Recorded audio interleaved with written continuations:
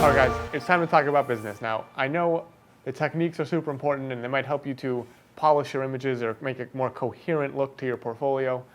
What's really important is the business of photography. You can take the best pictures in the world, but if you don't know how to make money off of them, you are never going to get anywhere in the business of photography. In upcoming business chapters in this tutorial, we're really going to get into depth with marketing and licensing and putting together bids and how to interact with clients and all that kind of interesting stuff. But what I want to talk about right now is how I made the jump from real estate photography into more architectural, interior, commercial, advertising photography. So there's different levels and types of architectural photography. There's everything from real estate photography, interiors, architectural photography for architects. Then there's commercial photography for resorts and hotels and restaurants and things like that. And if you're not already shooting architecture at a high level or shooting resorts or doing campaigns or that sort of thing, you're probably going to have to start shooting some of the smaller projects, a lot of which are real estate and developing type projects. I personally started out shooting for a real estate developer up in Northern California in the Lake Tahoe area.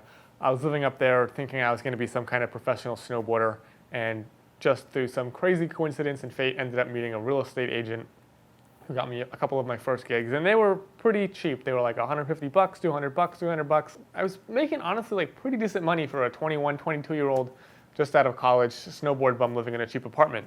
But I knew that I really loved this and I wanted to do more. So what I would do is I would shoot for my client, my real estate client. It might take 2 or 3 hours, but I would tell them I would need 4 or 5 hours, and I would do all this personal work.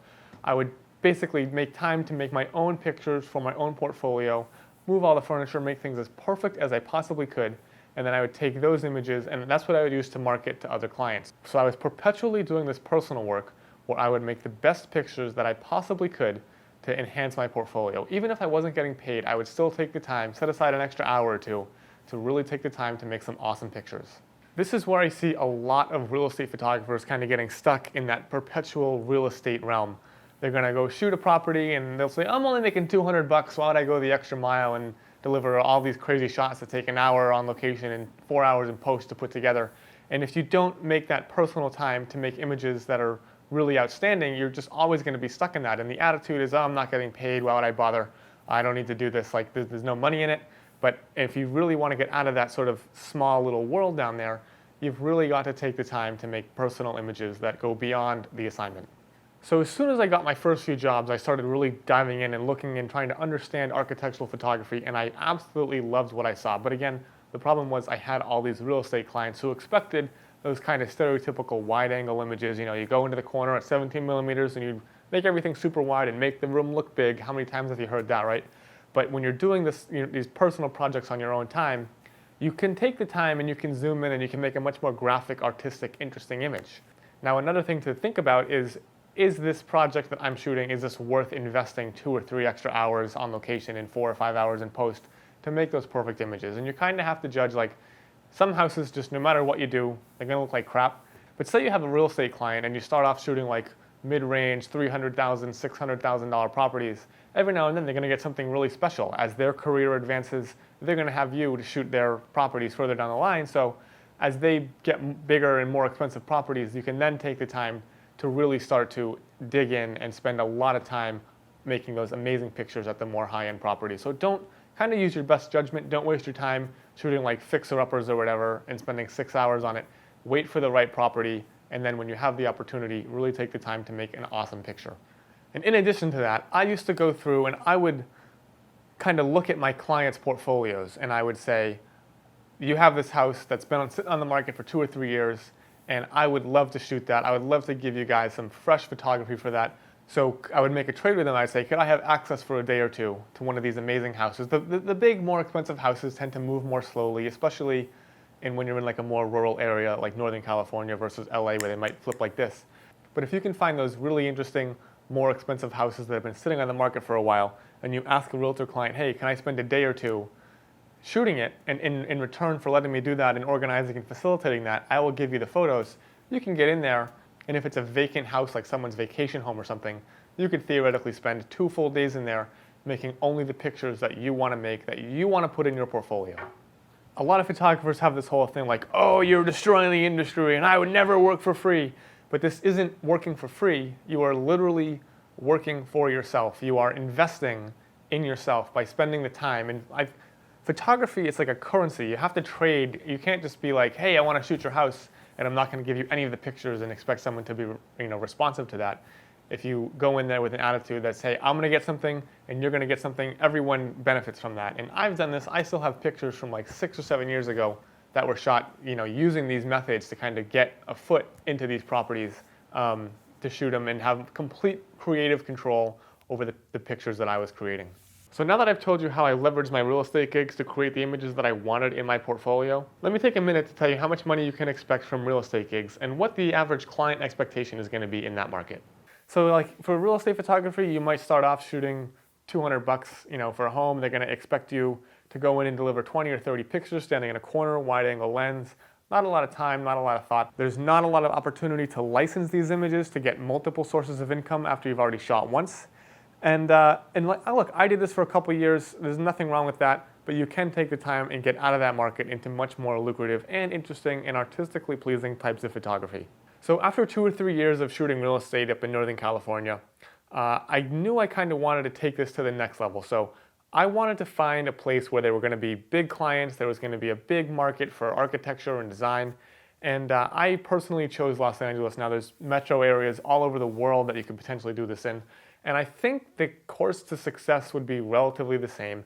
I've often joked that I feel like I could do this if I did it in LA, I can do this in any city in the world, because to me it's a relatively straightforward thing to roll that portfolio forward into marketing to new clients. So what I ended up doing was I did the same thing that I did up in Lake Tahoe, and that is I did a ton of personal work to build my portfolio, and I traded my photography for access, or I went around and did personal projects that I could use to fill out my portfolio and show new potential clients all this work that I had in LA. I did have to make some money, so of course I did go around to real estate agents and try to, drum up some business, but the real goal in LA was to work in that bigger design, architecture, hospitality, advertising market. And with the new city came some new challenges, like figuring out what I had to charge for this stuff, because obviously it's a much different place. The cost of living is way higher, the expectations are way higher, and in general, the quality of competitive photography is much higher in a more dense city. For the first couple years I lived in LA, I was doing a little bit of real estate. I was doing some architecture jobs for smaller firms. Remember, not every firm is going to throw $5,000 or $10,000 at photography. There are startup architecture firms, there's interior designers, there's stagers and interior stylists and decorators and all kinds of companies that are not on a huge scale like a hotel who's going to throw out tens of thousands of dollars for photography.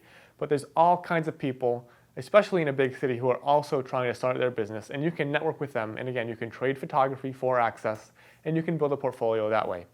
So later on in this tutorial, we're going to get super specific for money, but while I was starting out, things were all over the place. I mean, I would do a real estate job for $200 or $300 over there. I would work for an architect for $800 over here. I would work for a stylist or something, maybe get $1,500. There were some oddball jobs that came up.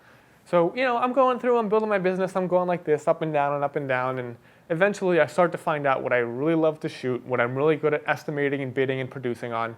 And that is really how I started to narrow down and hone my business and take it in a direction that I was really satisfied with. So again, for a few years there, I was kind of throwing spaghetti at a wall and hoping some things would stick. But eventually, I kind of found my niche, I found my groove, and now I'm happy to say things are much smoother, and I'm going to try to share some of what I've learned with you guys in this tutorial.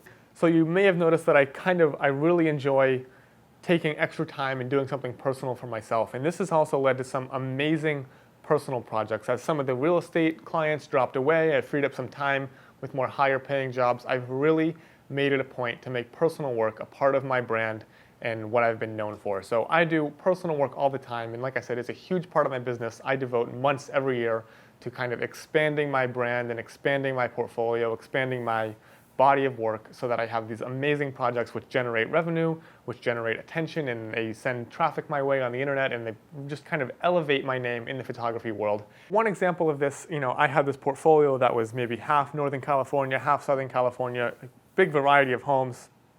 And then I did this personal project where I went to Iceland. I've actually been like 4 or 5 times now just to photograph the architecture of Iceland.